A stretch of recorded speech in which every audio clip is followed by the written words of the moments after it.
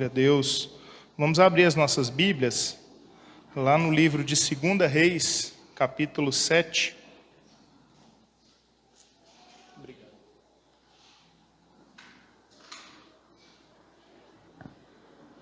2 Reis, capítulo 7.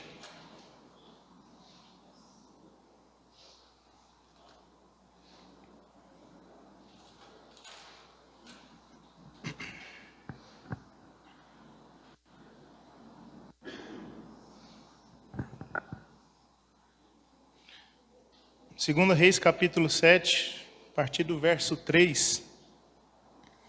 Antes da gente ler o texto bíblico, aproveitar da ocasião e dar os parabéns a todas as mães da Igreja Remide, tá? O Eduardo hoje foi parabenizado também pelo Dia das Mães, e ele falou que se ele for parabenizado pelo Dia das Mães, ele quer presente. Então, quem parabenizou ele pelo Dia das Mães, ele cobra presente. Brincadeira, isso foi uma foto que foi enviada lá no grupo, né, e desejar Feliz Dia das Mães para ele. Mas eu quero aproveitar dessa oportunidade para desejar, né, externar o Feliz Dia das Mães a todas as mães da nossa comunidade e que nos acompanham também pelo YouTube ou pelo Facebook da Igreja Remide. E gostaria de ler um texto esse compartilhado pelo pastor Orlando lá no grupo hoje. Eu achei muito jóia esse texto, bem rápido. Mãe de missionários, mãe que adota missionários, mãe missionária. Nossa homenagem a todas as mães, alvo de nossa completa alegria. Tem mãe que se despede de um pedaço de si, se parte em tantas partes ao ver o filho partir, mãe de joelhos e de oração, mãe de muitas nações, de longe sustenta a saudade com a alegria da salvação.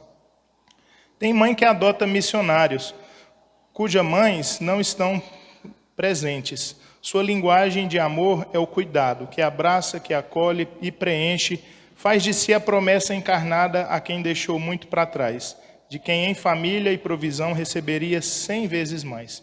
Tem mãe que diz adeus ao lar, parentes e amigos, leva no peito a saudade e no colo o filho consigo. Se enche de esperança, mune a alma de coragem, para ser do filho o alicerce e com graça levar a mensagem. Nesse mundo de complexidades, a mãe desafia tudo para amparar e amar um filho cuja alma vale mais que o mundo. Texto de Juliana Souza, o título do texto é Eu Missionário. Parabéns mais uma vez, que vocês levem consigo tantas mensagens que vocês receberam e recebem, e vale ressaltar que o Dia das Mães, ele alusivo à data ser comemorada dia de hoje, mas ele deve ser lembrado, as mães devem ser honradas todos os dias. Amém? Voltando ao texto, 2 Reis, capítulo 7. Não sei se na sua Bíblia vai ser uma página antes. Vamos apenas contextualizar no capítulo 6, a partir do verso 24. Contextualizando, Samaria estava sendo invadida pelos sírios. E aí, contextualizando o que está havendo aí para a gente voltar lá para a partir do verso 3. A partir do verso 24 do capítulo 6. Depois disto, ajuntou Ben-Hadad, rei da Síria, todo o seu exército, subiu e sitiou Samaria. Houve grande fome em Samaria, eis que a sitiaram a ponto de se vender a cabeça de um jumento por 80 siclos de prata, e um pouco de esterco de pombas por 5 siclos de prata. É um preço absurdo. Só para vocês terem uma ideia, isso é como se o preço disso fosse absurdo, de tão alto que estava. Né? 26, o verso. Passando o rei de Israel pelo muro, gritou-lhe uma mulher, acode-me, ó rei, meu senhor. Ele lhe disse, se o Senhor te não acode, de onde te acudirei eu? Da eira ou do largar? Perguntou-lhe o rei, o que tens? Respondeu ela, essa mulher me disse, dá-me teu filho para que hoje o comamos e amanhã comeremos o meu. 29, cozemos, pois, o meu filho e comemos, mas dizendo-lhe eu ao outro dia, dá o teu filho para que comamos, ela o escondeu. Tendo o rei ouvido as palavras da mulher, rasgou as suas vestes quando passava pelo muro. O povo olhou e viu que trazia panos de saco por dentro sobre a pele. Uma atitude humilhante para um rei que não sabia o que fazer. Não sei se os irmãos prestaram atenção no que foi lido. Duas mulheres, devido à tamanha fome, né, fizeram um acordo entre elas. Hoje a gente mata o seu filho e come ele, e amanhã a gente mata o meu e a gente come, né? Então, a gente não passa fome. Então, para vocês dimensionar, para os irmãos dimensionar o tamanho da tragédia, o tamanho da situação, o que leva o ser humano a fazer em tragédias, em situações que eles não têm o controle, em situações que eles literalmente não sabem o que fazer. Tomam decisões sem pensar, e essas duas tomaram essa decisão, e uma delas, que não acolheu esse acordo, num dia mataram o filho de uma, comeram, no outro dia, quando foi matar o filho dela, ela não aceitou, e a que matou o seu filho foi reclamar com o rei, né, para que o rei resolvesse a situação. O rei, naquela época, era tido como alguém que tinha uma solução, alguém que tinha uma resposta para qualquer pergunta. O rei não tinha resposta nem para aquela pergunta que ela fez, acode-nos. E ele disse para ela, se o Senhor não te acodes, de onde acudireis eu? Né? Tamanha a situação de tragédia que estava passando Samaria. E aí uma delas relata essa situação ao rei.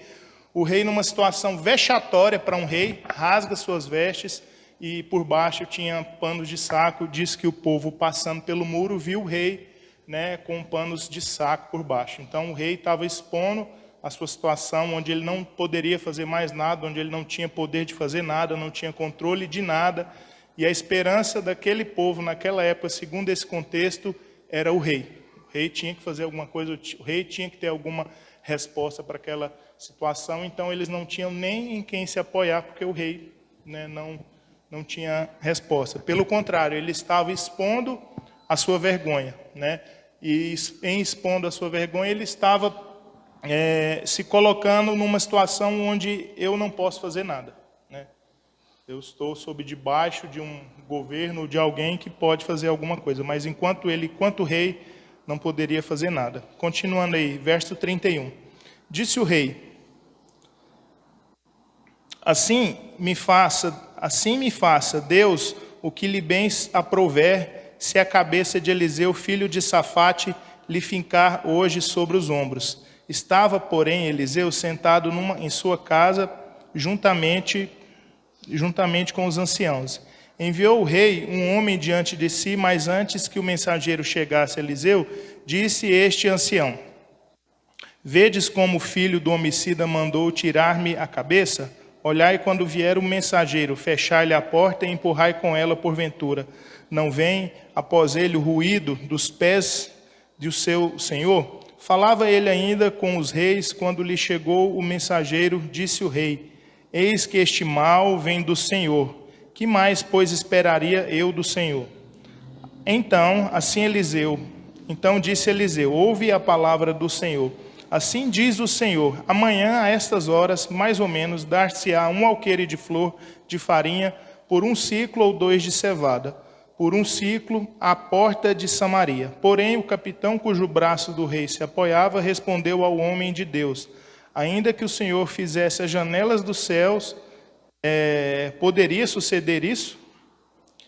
Disse o profeta, eis que tu o verás com os teus olhos, porém disso não comerás. Então, Eliseu, o homem de Deus, profetizou que amanhã, a esta mesma hora, a situação se resolveria. Ia ser fartura em abundância, né? A fome estava reinando, a fome estava graçando, a desgraça, né, diante da situação desse contexto, onde duas mulheres precisavam fazer um acordo desse, estava operando, né, devido à tragédia, mas o homem de Deus aqui, Eliseu, trouxe uma palavra de Deus, e esse capitão, que o braço do rei se apoiava nele, não acreditou. Ele fala para ele, olha, você vai ver com os olhos, mas disso você não vai comer. Então esse é o contexto onde a gente entra no verso 3 do capítulo 7. Diz assim o texto, 4 homens leprosos estavam à entrada da porta. à entrada da porta, os quais disseram uns aos outros: para que estaremos nós aqui sentados até morrermos? Se dissermos, entremos na cidade, há fome na cidade e morreremos lá. Se ficarmos sentados aqui, também morreremos. Vamos, pois, agora e demos conosco no arraial dos Círios. Se nos deixarem viver, viveremos. Se nos matarem, tão somente morreremos.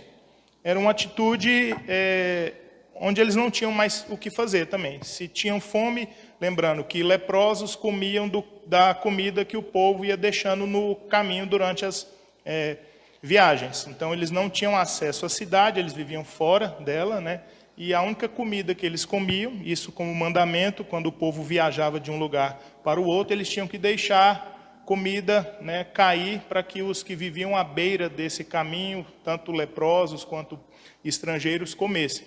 Tamanho cuidado de Deus, inclusive com o povo de fora, com o estrangeiro, com o leproso. Então, isso era mandamento, isso estava na lei. Então, mas a fome era tanta que eles conversaram entre si, esses 4 homens, e eles falaram: se a gente entrar na cidade, a gente morre. Lá também não tem comida, né? Então a gente vai, como diz a expressão popular, né, o adágio popular, a gente vai dar com os burros na água e ainda vamos morrer ainda, porque comida não tem lá. E eles têm uma ideia, né, entre si, faz esse acordo: vamos ao arraial dos Círios. Lá, se tiver comida, a gente come. Se a gente viver, tão somente viveremos. Se a gente morrer, tão somente também morreremos. É a conversa deles. Então, é algo que eles tomam uma decisão numa situação dessa, onde eles não tinham escolha mais. Então, se ficassem ali, iam morrer de qualquer jeito, devido à fome. Então, se entrasse na cidade, eles não iam comer, porque não tinha comida, e morreriam, né? Que o mandamento era: se um leproso entrasse dentro da cidade, ele deveria ser alvejado de pedra, né? Ser apedrejado. E aí eles decidem ir ao arraial do povo inimigo, dos Círios. E aí, se lá tivesse comida, eles iam comer, iam viver, e se não, iam morrer. Continuando a leitura, verso 5. Levantaram-se ao anoitecer, eles só viajavam à noite, leproso não podia andar de dia, a viagem deles era só à noite.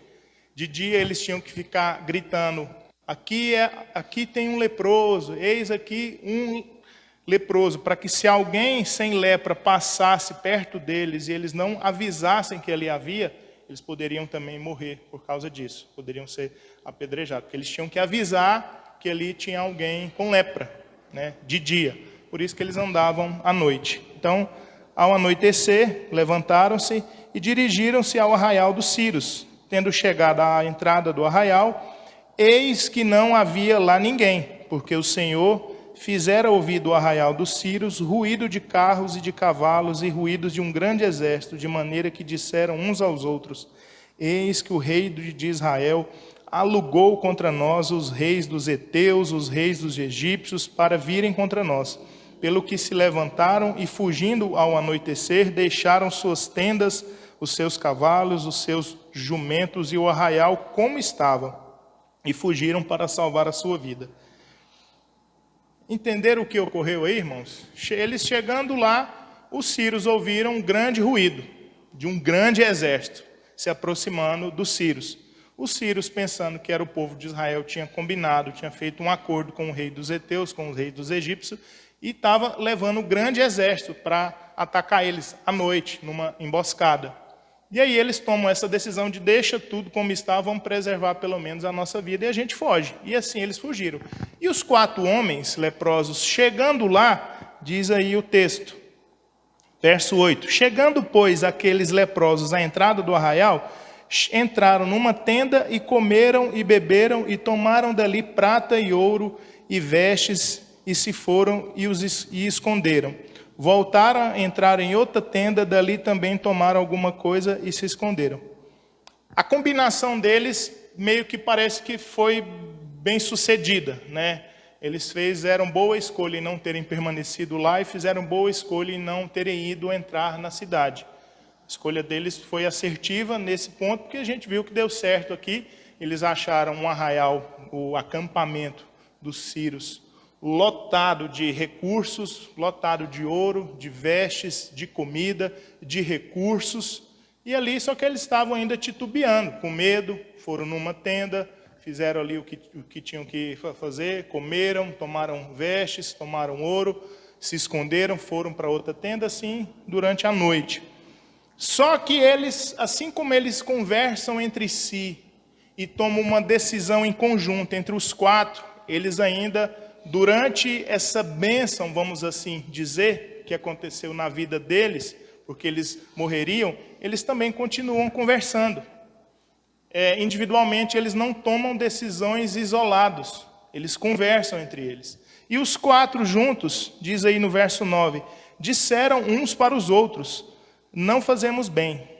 Este dia é dia de boas novas, e nós nos calamos. Se esperarmos até a luz do amanhã, seremos tidos por culpados. Agora, pois, vamos e anunciemos a casa do rei. Essa decisão que eles tomam aqui, irmão, tem inebriado por trás dessa fala deles aqui muita coisa. Muitas questões teológicas profundas. Quando eles dizem aqui que eles não fazem bem, este dia é dia de boas novas e nos calamos, eles estão colocando para nós que boas novas não é para ficar para nós. Boas notícias não é para reter para quem as tem. Boas notícias é para ser compartilhada. Boas notícias é para ser anunciada. Eles sabiam do desastre, eles sabiam da tragédia. Eles eram de Israel, mas eles eram de Samaria, mas eram leprosos. Não podiam conviver entre o povo, mas eles eram daquele povo. Só que eram tratados como se fosse meio que um inimigo. Eles não podiam ter relacionamento com ninguém. Eles tinham que viver fora da cidade. Durante o dia eles tinham que gritar para que ali onde eles estavam havia um leproso, para que alguém sem lepra passando não fosse contaminado, né? E eles só andavam à noite. Só andavam à noite, assim como os assaltantes daquela época. Então era o período que eles podiam transitar. Era o período em que eles podiam, inclusive, andar atrás de comida. As comidas que eram deixadas na beira do caminho, durante as viagens do povo. Então, eles eram a escória daquela sociedade. E foram, a gente pode dizer assim, agraciados. Né? Eles foram agraciados naquela noite em tomar aquela decisão juntos e irem até o acampamento dos sírios. E lá deram de cara com tanta bonança, tanta fartura de bens, de comida, de recursos, de ouro, de vestes, tudo. Os sírios deixaram tudo lá, inclusive armas. Deixaram tudo, foram salvar a vida. Esses 4 ouviram esse barulho de um grande exército indo? Não. Deus fez com que o exército dos sírios ouvisse esse grande barulho, desse grande exército indo até eles. E eles fugiram, e esses 4 chegam lá. Só que, como eu disse, eles continuando conversando entre eles ainda, eles não acham de bom grado, eles não acham sensato eles serem agraciados e ficarem de boca fechada. Verem aqueles que maltratavam ele, mas aquilo era sob júdice da lei, não era um maltrato porque queriam, mas eles eram, de fato, a escória daquela sociedade, naquela época. Mas mesmo assim, eles não acham de bom grado ficarem calados. Esses 4 poderiam ser senhores de si próprio. Esses 4 poderiam tomar decisões que os tornariam, durante um tempo, poderosos. Não naquela terra, talvez, mas fugissem para outra terra, com recursos, com bens, com cavalos, com ouro, com comida, com armas. Outros viajantes poderiam se agregar até eles. Só que eles não acham sensato isso. Se eles acham que aquele dia para ele era um dia de boas novas, um dia de boas notícias, um dia onde eles pensam, como eu usei aqui a expressão, foram agraciados, eles não acham de bom grado, não acham sensato ficarem calados. E eles falam que se nos calamos e esperamos até a luz da manhã, isso tudo à noite, irmãos. Se a gente espera até amanhã, vamos ser tidos por culpados. Culpados de quê? Pegando a expressão da letra da música do Titãs, por algum acaso eles foram agraciados lá com aquela comida e eles iam ser culpados por quê? Mas a consciência deles estava falando com eles. A consciência deles falava mais alto ali, né? Alguma coisa dentro deles, algo dentro deles falava mais alto ali. Se a gente se cala, se a gente fica aqui desfrutando disso aqui, a gente vai ser tido por culpado. A gente não pode esperar nem até amanhecer, nem até o sol raiar. Aí eles tomam a decisão. Agora, pois, vamos e anunciemos a casa do rei. Então, agora eles tinham que, de fato, tomar essa decisão de ir até a cidade. Correr o risco de vida.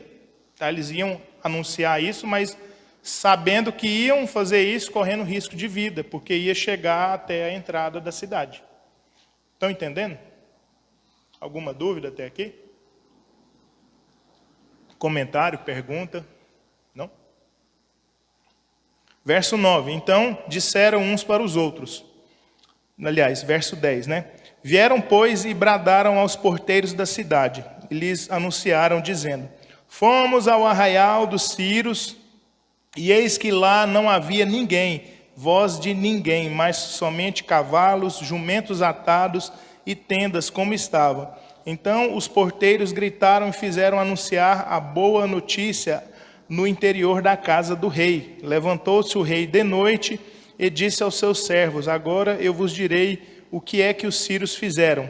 Bem sabem eles que estamos esfaimados, por isso saíram do arraial esconder-se pelo campo, dizendo: Quando saírem da cidade, então tomaremos vivos e entraremos nela. Entenderam o que o rei entendeu? Achou que isso era uma estratégia dos sírios? Ele pensou: não, os sírios fizeram isso para atrair a gente, uma armadilha. Se a gente for até lá, eles vão tomar a gente, vão invadir a nossa cidade e vão tomar ela completamente. O rei, ouvindo essa palavra que os 4 disseram, e que quem estava lá no portão da cidade fez ouvir ou disse essa mesma mensagem à casa do rei, o rei não. Isso tá bom demais para ser verdade, né? Conjecturando eu aqui. Então é uma estratégia. Eles estão com bolando alguma estratégia para quando a gente for lá eles tomam a cidade, né? Então eles não acreditaram. E como está aí na continuação do verso 12, né? Bem sabemos eles que estamos esfaimados. Por isso saíram do arraial e esconder-se pelo campo, dizendo: Quando saírem da cidade, então os tomaremos vivos e entraremos nela. Então, verso 13, um dos seus servos respondeu e disse: Tome-se, pois, 5 cavalos que restam ainda na cidade, pois toda a multidão de Israel que ficou aqui de resto terá a mesma sorte da multidão dos israelitas que já pereceram. Enviemos homens e vejamos. Tomaram, pois, os 2 carros com cavalos, e o rei enviou os homens após o exército dos sírios, dizendo: Ide vede, ou seja, vão conferir lá. Foram após eles até o Jordão. E eis que todo o caminho estava cheio de vestes e de armas que os sírios, na sua pressa, tinham lançado fora. Voltaram os mensageiros e anunciaram ao rei. A credibilidade que a gente imagina que a mensagem, que o recado que esses 4 homens foram dar, a gente vê aqui que é 0, né? Mas bem sabemos também que o rei não pode agir assim na emoção, por impulso. Ele fez certo, ele mandou 2 dos seus lá, né, um pequeno grupo, para que a cidade também não ficasse desguardada, ficasse ainda resguardada, né? Mandou esse grupo lá, pequeno grupo lá, para conferir. Mas a gente viu aqui que eles não tinham credibilidade nenhuma, né, esses 4. Né?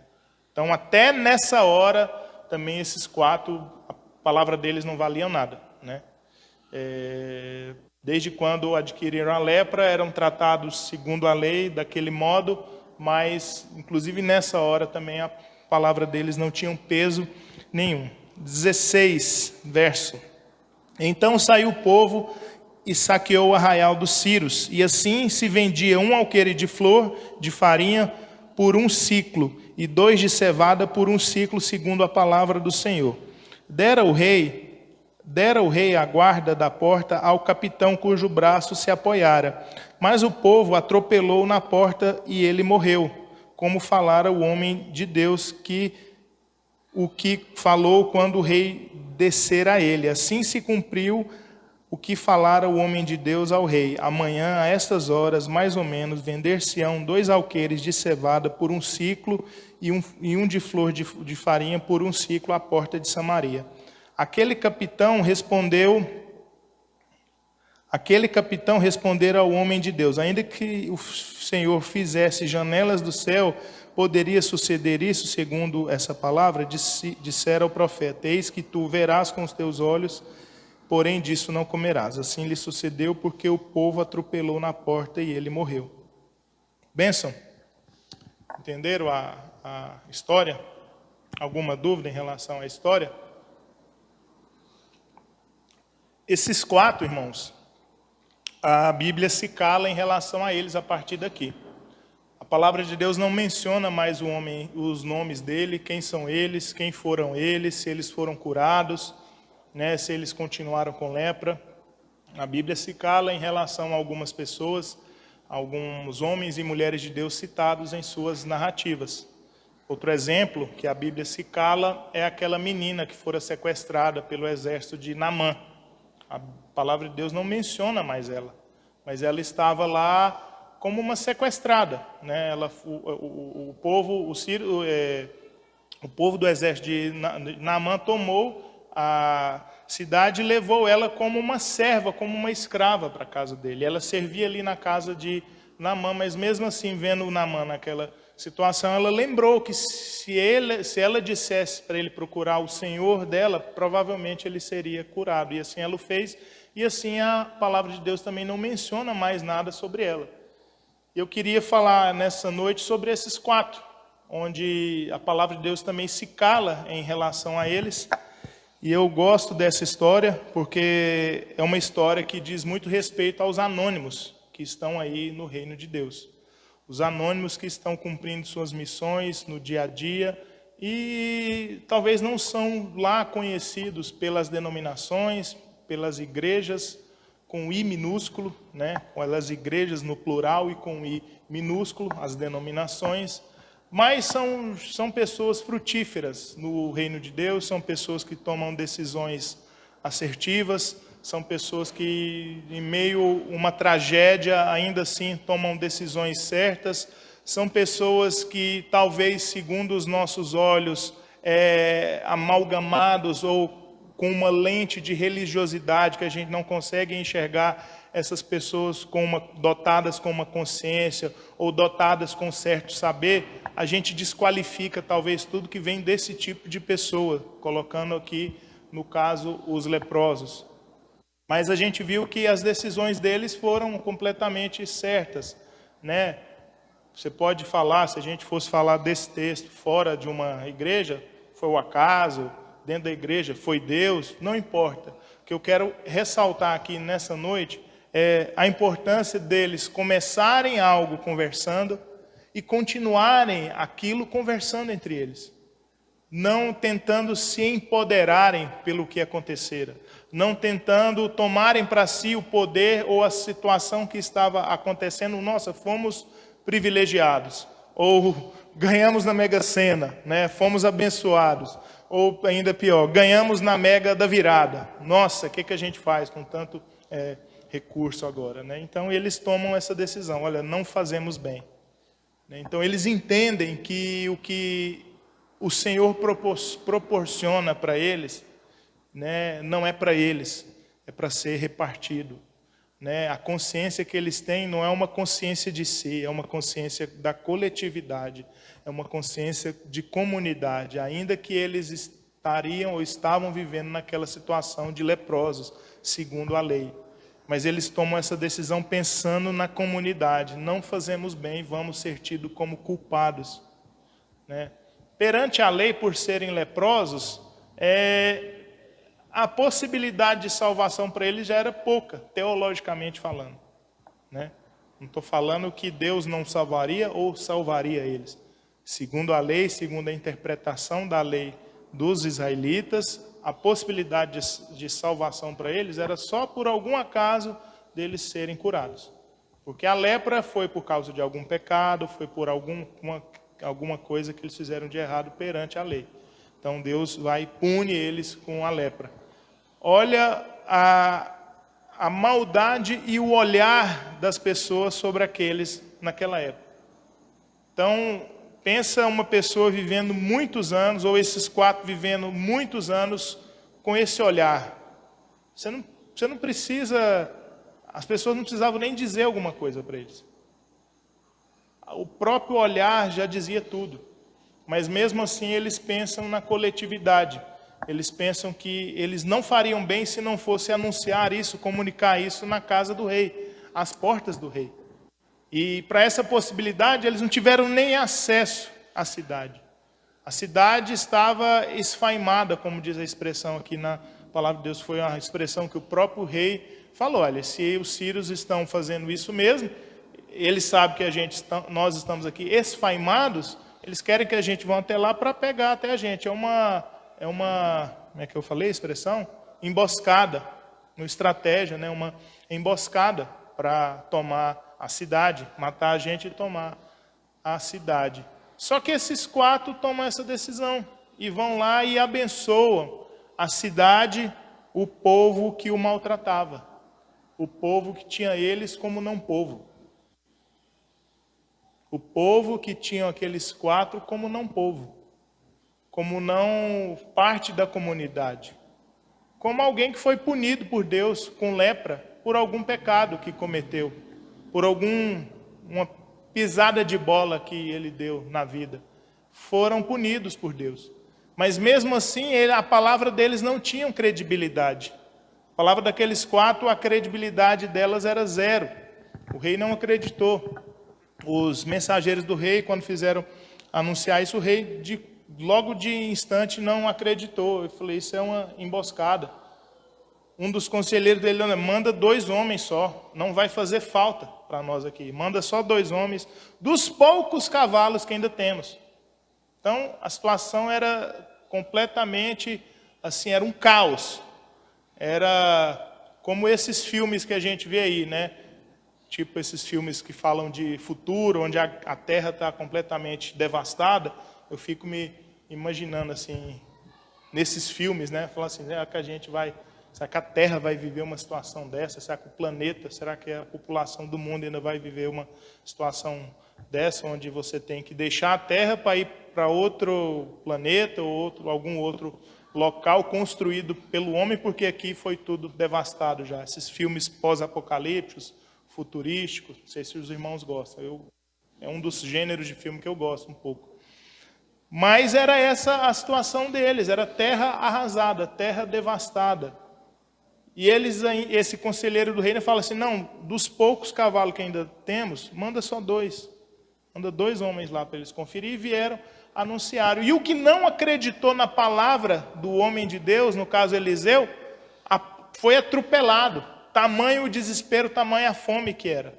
O povo, quando ficou sabendo da notícia, foram correndo, atropelaram ele, né? E ali ele morreu. Ele falou, você vai ver com os olhos, porque a partir daquele momento já se começou a vender, já se cumpriu a profecia de Deus para aquele povo, para aquela cidade. Ele não viu com os olhos, ele viu com os olhos, mas não participou, não desfrutou daquele momento. Então a gente viu aqui nesse texto a palavra de Deus se cumprindo, irmãos. A palavra de Deus se cumprindo numa situação de um dia para o outro, tudo muda.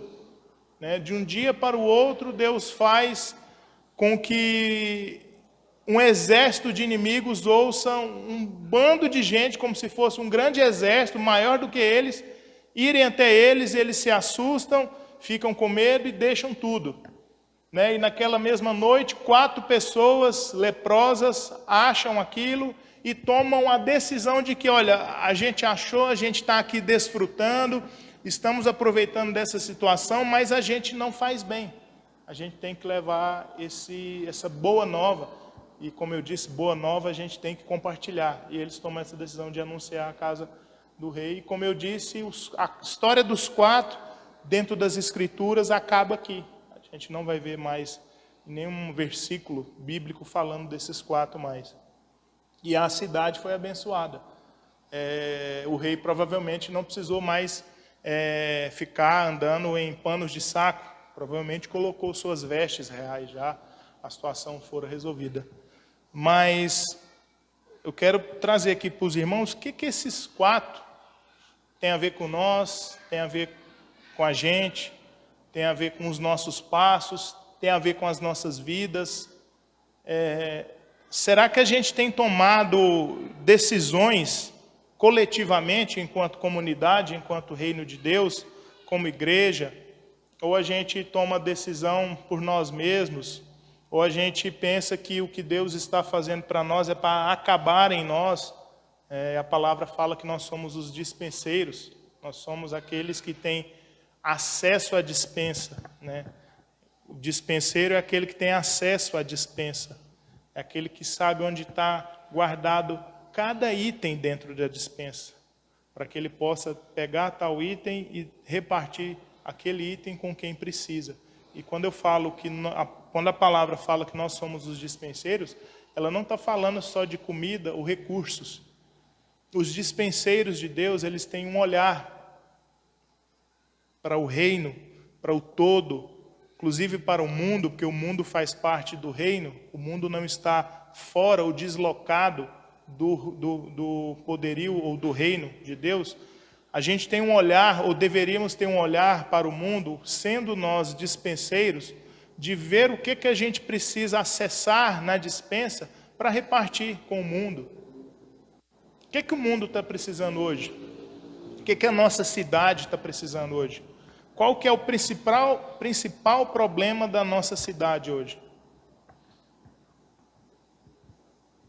Qual que é, irmãos?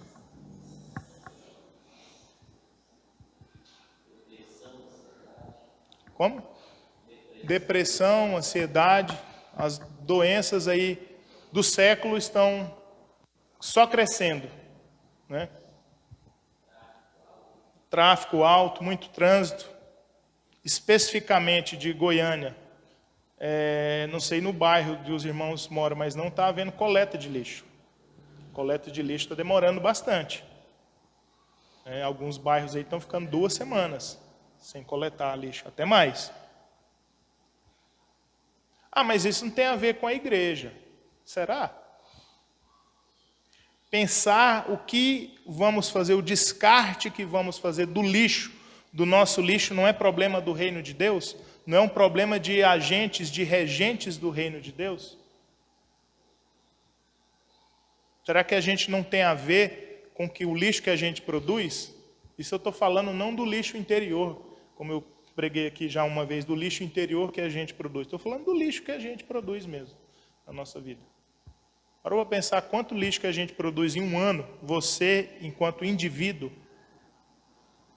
e esse lixo é descartado, esse lixo vai para algum lugar, esse lixo vai para o aterro, esse lixo vai ser reciclado. A gente anda pela cidade, a gente vê vários veículos jogando uma lata, jogando alguma coisa do próprio carro.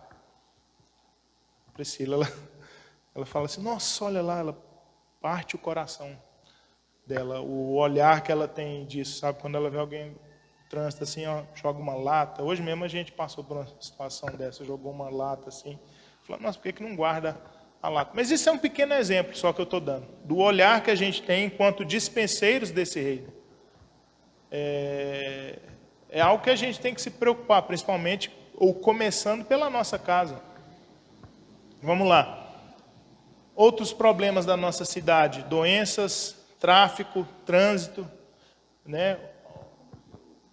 Coleta de lixo, esse é um problema atual, que está sendo discutido, inclusive, lá na Câmara dos Vereadores, com o prefeito. O prefeito, inclusive, esteve numa audiência semana passada lá, falando sobre isso. Não sei se os irmãos acompanharam. Uma compra, um contrato que ele fez, superfaturado, foi suspenso pelos vereadores que votaram, porque estava superfaturado. Então, o problema ainda vai se arrastar por um tempo ainda, né? Mas isso é um exemplo que eu estou trazendo de uma realidade política da nossa cidade, mas que é uma realidade que ela se amplifica, ela se maximiza, porque os problemas começam pequenos. O lixo começa em pequena quantidade. Como que a gente faz esse descarte, né? Mas o que esses 4 ainda, falando deles, tem a ver com a gente hoje? Tem a ver com a nossa cidade, tem a ver com dentro da nossa casa, tem a ver com dentro da nossa igreja, onde a gente se reúne, onde a gente congrega, desse espaço que a gente usa, das nossas relações. Queria ouvir os irmãos e as irmãs.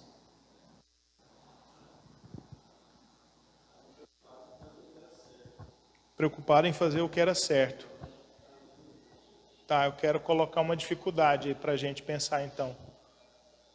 Como que eles tinham basilado, ou como basilar na mente deles, na consciência deles, que o que eles estavam fazendo era certo? O que dizia para eles, ou o que nos diz que eles estavam fazendo certo? A gente tem um olhar para a vida, um olhar diferente, a gente sabe que eles estavam tomando a decisão certa, mas na cabecinha deles, por que você disse, o que leva a gente a pensar que eles estavam fazendo certo? Isso não tem resposta, né, na Escritura, né? A gente sabe que eles tomaram a decisão certa, eles não iam deixar uma cidade toda se acabar na fome. A tragédia estava lá na porta, dentro da cidade já. Começou fora, provavelmente ia entrar, né? Porque as 2 mulheres que fizeram aquele acordo, seus filhos, bateram na porta da cidade, para o rei tomar uma decisão. Elas gritaram do lado de fora do muro, o rei do outro lado do muro respondeu elas. Né? Se Deus não te acode, de onde eu te acudirei? Né? O rei estava sem resposta. O rei tinha que ter resposta. Rei tinha que ter resposta e as perguntas do rei deveriam ser respondidas. Perguntas de rei precisam de respostas. E rei não pode não ter resposta para qualquer que seja a pergunta. Estão entendendo a profundidade da questão? Vou repetir, um rei, ele sempre tem que ter a resposta. E a pergunta de um rei sempre tem que ser respondida. Isso dentro de um contexto humano de reinado, quanto mais isso dentro de um contexto bíblico de reino de Deus, onde ele está contido dentro desse reino, todos os reinos. Esses 4, irmãos e irmãs, pela palavra de Deus não falar mais deles, pela palavra de Deus se calar sobre eles, esses 4 aqui diz respeito a mim. Diz respeito a nós. Eles dizem respeito a nós. Como a gente tem entendido o que tem acontecido nas nossas vidas. Como a gente entende o que Deus tem colocado diante de nós. A missão que Deus tem colocado diante de nós, os dons que Deus nos deu.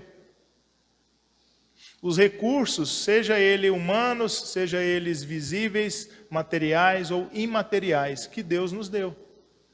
Deus nos deu os dons, Deus nos deu recursos, Deus nos abençoa, Deus nos dá saúde, Deus nos livra de todo mal, Deus nos dá vida. Deus detém a nossa vida. A nossa vida está nas mãos do Eterno. Ele detém toda a nossa vida. A quantidade de anos que a gente vai viver aqui na terra está detido nas mãos dele. É ele que sabe. Então ele tem todo esse controle. Só que esses quatro aqui, por que eles dizem respeito a nós? Por que eles dizem respeito a mim? Porque será que a gente tem vivido assim? Será que a gente tem entendido que o que Deus tem feito para nós, ou o que Deus tem feito em nós, é para parar em nós? O que Deus faz com a gente, será que Ele para na gente? Será que Ele não deveria nós sermos um caminho, um instrumento, um meio pelo qual Deus age no mundo, porque não é assim que Deus age no mundo, através das pessoas, isso desde o início da palavra de Deus, desde o início do relato bíblico, não é assim que Deus age no mundo? Deus agindo no mundo através de pessoas, através de homens e mulheres de Deus, Deus vai construindo a nossa história. Porque para Deus a história já está pronta, mas para nós Ele vai construindo ela. Para nós ela vai tendo uma crescente progressiva, onde a gente tinha uma mente antiga, né? Talvez pré-histórica em relação ao que é hoje, ao conhecimento que se tem hoje, tanto do mundo, quanto de tudo, quanto de descobertas. A gente vê uma progressão do conhecimento humano nesse relato bíblico, no próprio relato bíblico do início de tudo, até no período onde a igreja foi se avançando, né? O período neotestamentário, onde a igreja foi crescendo, sendo perseguida, mas mesmo assim ela crescendo. Aqueles irmãos daquela igreja, eles entenderam que a boa nova que eles receberam não era para ficar com eles, mesmo eles estando sendo perseguidos. Olha a comparação daqueles 4 com os da igreja que estavam sendo perseguidos. A boa nova da ressurreição queimou tanto o coração deles que eles pregavam, que eles anunciavam, que eles amavam, que eles cuidavam dos inimigos. Por isso que no final do século III o cristianismo foi institucionalizado. Constantino viu que o povo de Deus cuidava até dos romanos, e muito bem. Falei, a gente tem que trazer esse pessoal para o nosso lado. Eles estão cuidando dos nossos melhor do que nós. Onde as benesses para o povo começou a ser distribuída, mas até lá, até o final do século III, metade do século III para frente, o povo de Deus era perseguido, mas mesmo assim eles repartiam. Mesmo assim, eles se dividiam. Mesmo assim, como a gente fala na ceia, eles se repartiram com o mundo. Eles não eram abençoados para eles mesmos. A bênção deles era para ser compartilhada. A vida deles era para ser compartilhada. Não só os recursos que Deus colocava nas mãos deles. Eles tinham a vida dele como algo para ser compartilhado. A vida deles era como se fosse várias sementes para ser semeada no mundo. Porque, na verdade, o que está sendo semeado no mundo é a palavra de Deus. Quando a gente tem essa consciência, a gente entende que nada deve parar na gente. O conhecimento que Deus está te dando, nesses anos todos, desde que você se converteu, não é para parar em ti, não é para parar em você. É para você repartir. O que Deus tem te feito descobrir nas Escrituras, o que Deus tem te feito ou tem te revelado nas Escrituras, na palavra dele, o quanto de conhecimento você já adquiriu dentro da palavra de Deus até aqui, você tem repartido ele? Ou temos semeado esse conhecimento? A gente tem ido até a porta do rei, até a porta de alguma cidade para compartilhar esse conhecimento da palavra que Deus tem dado para a gente? Qual que é seu dom? Qual que é meu dom? Deus deu dons para todo mundo. Não tem essa de Deus não ter dado dons. Tem irmãos e irmãs que falaram, Deus, eu não tenho dom nenhum. Tem. Você só não sabe ainda. Mas Deus deu dons para a gente. O Espírito Santo dotou a igreja dele. E a igreja dele foi dotada para que ela se potencializasse. Esse é o potencializar-se da igreja no mundo, são os dons. É a ferramenta que Deus deu para a gente andar nesse mundo, sinalizar o reino dele nesse mundo. E a gente deu aqui exemplos de doenças da alma, depressão, e vai aumentar mais. Não pensa que isso vai diminuir, não, vai aumentar. A tendência é uma crescente. Só que a gente detém de um conhecimento que ajuda as pessoas nas suas angústias de alma. Os salmos são carregados de homens de Deus que tinham lá suas angústias de alma, que pensavam lá que suas vidas tinham acabado, diante da perseguição, diante de pessoas que estavam perseguindo eles, perseguição de morte. Mas, ainda assim, eles têm uma luzinha lá na sua consciência que não apaga, permanece acesa, onde eles lembram que, ainda assim, ainda ali a tua mão me susterá. Ainda na minha pior angústia, Deus colocou uma rocha sobre os meus pés. Salmo 40. Na pior angústia do salmista, ele fala, Deus colocou uma rocha sobre os meus pés. E a rocha que ele colocou sobre os pés dele, não foi para que as pessoas vissem, amém, glória a Deus, você estava sendo perseguido, Deus agora te abençoou. Não, fala lá que os homens verão e temerão a Deus pelo que Deus tinha feito com ele ainda no vale, ainda na perseguição, ainda na angústia. Diz muito sobre nós, diz muito sobre o nosso Deus, como que a gente lida com as nossas angústias.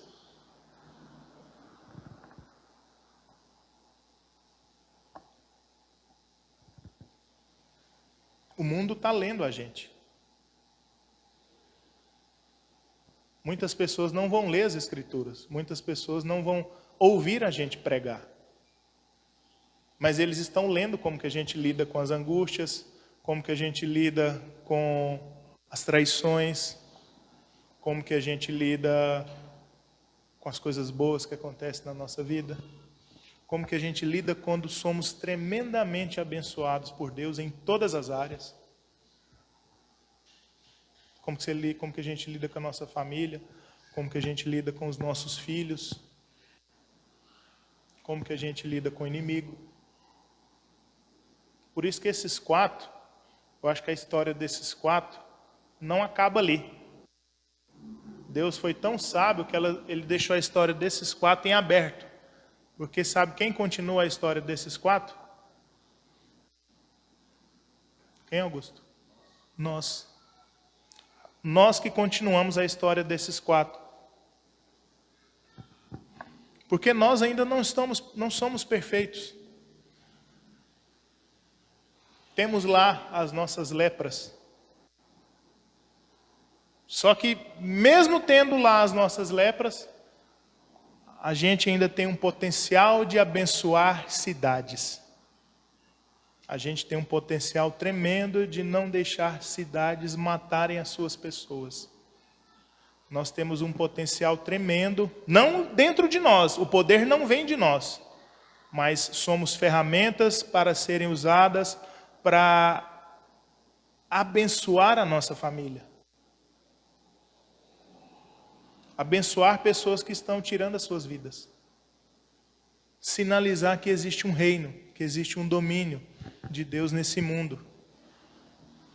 Que nas piores angústias da nossa vida, que nos piores vales de alma, de vida que a gente passa, de dificuldade, Deus está lá com a gente. Deus está passando junto com a gente. Quando homem e mulher pecaram, Deus saiu junto com eles. Deus não deixou eles a bem dará, não. Mata um animal, veste eles, Deus cobre eles com sangue. Sangue aquele que já estava apontando para o sangue que seria derramado no madeiro. Sangue aquele que já era uma profecia do que viria a ser o sangue eterno que cobriria toda a terra, todos os homens. E que todos aqueles que nele crescem não pereceriam, mas teriam ou têm a vida eterna. A história daqueles 4 continua a partir de nós. Continuou a partir do que aquela cidade fez, com a tamanha bênção que eles receberam. E você sabe o que aconteceu? Se você continuar aí a leitura do capítulo 8, a cidade ainda assim foi destruída. Lembra quando Jonas foi pregar em Nínive? Lembra? Nínive ouviu, né? Se converteu homens, mulheres, até os animais foram preservados, né? Você acha que a história de Nínive acabou ali? Não, Nínive foi destruída depois. Os homens voltam às suas antigas práticas. Os homens e mulheres voltam aos seus antigos ídolos, aos seus altares de ídolos que a gente constrói dentro do nosso coração. Mas que a gente precisa disso aqui, que aqui a gente está se lembrando de que tem alguém, de que tem um Deus que rege as nossas vidas, que abençoa a gente independente dos nossos pecados. Você já pensou se Ele parar de abençoar a gente por causa dos nossos pecados? Que cuida da nossa vida, independente do que a gente esteja fazendo dela, independente do benefício ou do malefício com que a gente trata a nossa vida. Ele detém a vida. A vida está no controle dele. Ele não abre mão, isso está nos decretos dele. A vida está sob o seu controle. Não é só a nossa vida, não. A vida da terra, toda a vida, todo o sopro de vida que ele deu lá, tudo o que ele criou, a vida, e essa vida está sob o controle dele. Nós fomos os homens, né? O ser humano foram os privilegiados da criação. Porque Deus cria tudo e cria o homem e mulher para toma conta de tudo. Tudo é de vocês. Tudo é dia de vocês. Desfrutem de tudo, cuidem de tudo, deem nome para tudo, multiplicam, cresçam, enchem a terra, façam missões. Quais que eram as missões? Essas, multiplicar, crescer, encher a terra da glória de Deus. Tudo tem que glorificar a Deus. Só que a gente pensa na gente. A gente não pensa como os 4 ali. Amém? Vamos embora, então? Pensar nessa mensagem? Pode fechar a sua Bíblia. Vamos ficar em pé para a gente orar.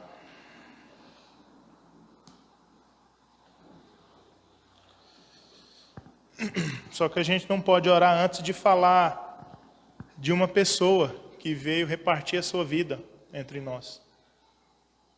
A vida também que era dele, ele viu que não era só dele. A vida dele também era para ser partida e repartida entre as pessoas. Ele veio para os seus o rejeitaram. Aí ele foi para os gentios o acolheram. Ou seja, os leprosos daquele tempo, entre aspas, o acolheram. Receberam ele, ouviram seus ensinos, se maravilharam com os seus ensinos, com a sua palavra, com o interpretar da lei que ele tinha, que não era um olhar de punição, de julgamento para com quem peca, para com quem erra, era um olhar de acolhimento, de graça, que ainda que a pessoa tivesse lá a sua lepra, tivesse lá a sua cegueira, de nascença ainda que fosse esse caso, ele ainda estava ali, ele estava estendendo a mão. O Senhor Jesus, irmãos, fez como esses 4.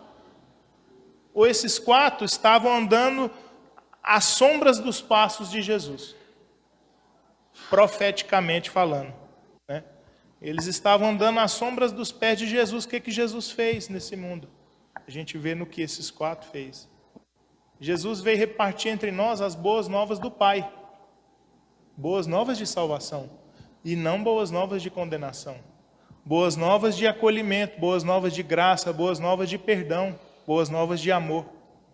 Jesus tomou sobre si tudo isso e veio habitar entre nós, se repartiu entre nós. Foi punido por nós. A humanidade puniu Jesus. Os pecados, quando ele estava apregoado naquela cruz, não foram os pecados só dos judeus, só das pessoas que tiveram lá um plano para crucificar ele. Os pecados são meus também. Ele morreu por mim também, ele morreu por você, ele morreu por nós. Ele morreu por todos nós. Não foram aquelas pessoas que mataram ele, não. A gente também estava lá. A gente também brigou por suas vestes.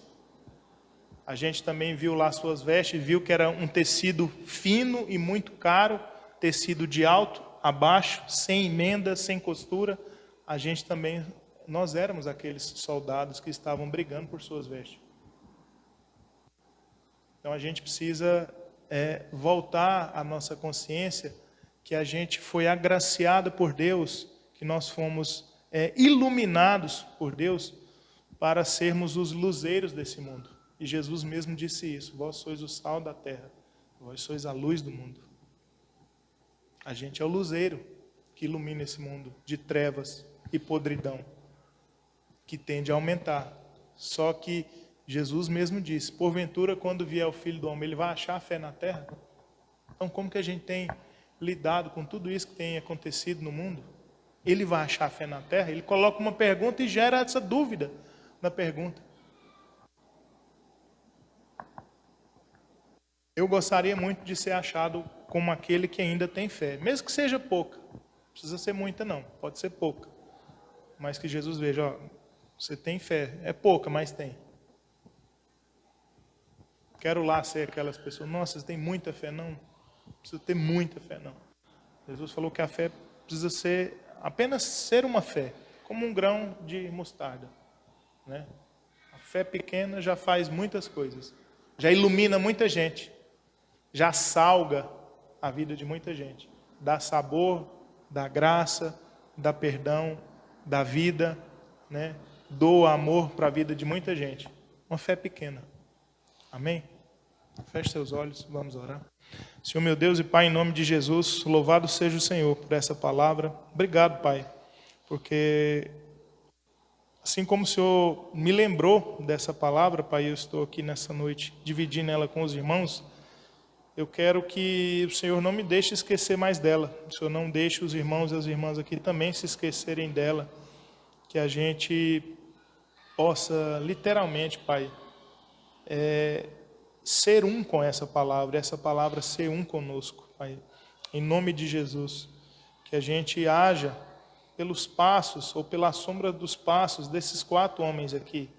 Que a gente dê uma continuidade na narrativa da história deles aqui. A história agora está nas nossas mãos, Pai. Né? A história agora da narrativa da vida deles está nas nossas mãos.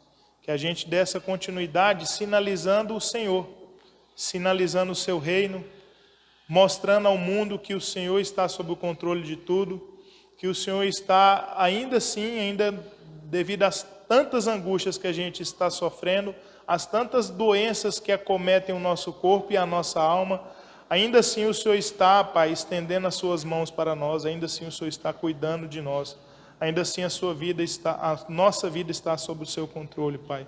Pai, em nome de Jesus, Pai, nos dê uma semana onde a gente possa ter um olhar e que a partir de hoje, Pai, a gente tenha um olhar diferente, Pai, do que a gente teve para com a igreja, para com a nossa casa, para com os nossos, para com as pessoas que a gente conhece, para a nossa cidade, Pai, para o mundo.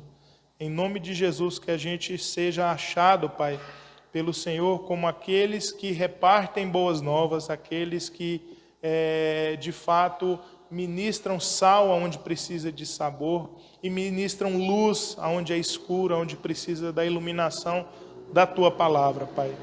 Em nome de Jesus, a gente ora agradecido desde já pela Tua palavra, Pai, que aqui foi lida e foi pregada, e a gente pede que o Senhor nos sustenha e continue nos sustendo nas Suas mãos, Pai, que a nossa vida esteja inteira nas Tuas mãos, que a gente com a nossa consciência esteja com ela também nas Tuas mãos, Pai, que a gente haja de acordo com a Tua palavra. E oramos nesse momento em nome de Jesus.